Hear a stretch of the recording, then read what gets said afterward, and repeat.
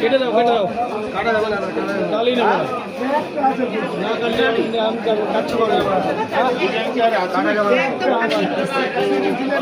4 KG 250। 4 kilo 250 দিদি একটা দিদি।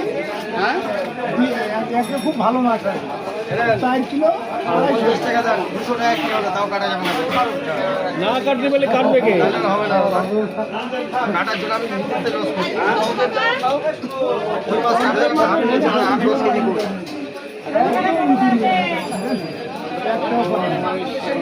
কত করে ইলিশ? ইলিশ এটা 1400। আর ওইদিকে সামনে এটা কত 1000, এটা 1200,